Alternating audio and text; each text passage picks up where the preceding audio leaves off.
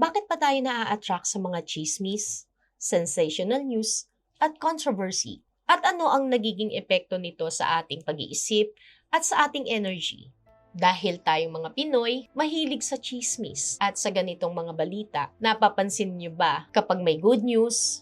Okay. Pero kapag may away, skandal, kontrobersiya o may nagre-reveal ng secret o blind item, uy, ano yan? Send mo naman yan sa akin. O kaya, i-check mo agad sa social media. At ang bilis nating ma-curious at aminin natin. Minsan kahit ayaw nating makialam, napapatingin pa rin tayo. Pero bakit nga ba ganun? Siguro, bahagi na rin ng culture natin yung pagiging curious sa buhay ng ibang tao. Mahilig tayong makipagkwentuhan, mahilig tayong makibalita, at minsan ang chismis ay nagiging paraan din ng pakikipag-connect sa isa't isa. Pero may ibang klase ng chismis. Bakit mas mabilis tayong ma-hook sa negative kesa sa positive na balita? Kasi ang controversy, conflict, at shocking news ay mas madaling makakuha ng atensyon, mas nakaka-excite, mas nakakagulat, mas nakaka-trigger ng emotion. Kaya minsan, hindi na natin namamalayan. Hindi na tayo ang nagko-control sa content na pinapanood natin. Yung content na ang kumukontrol sa atensyon natin.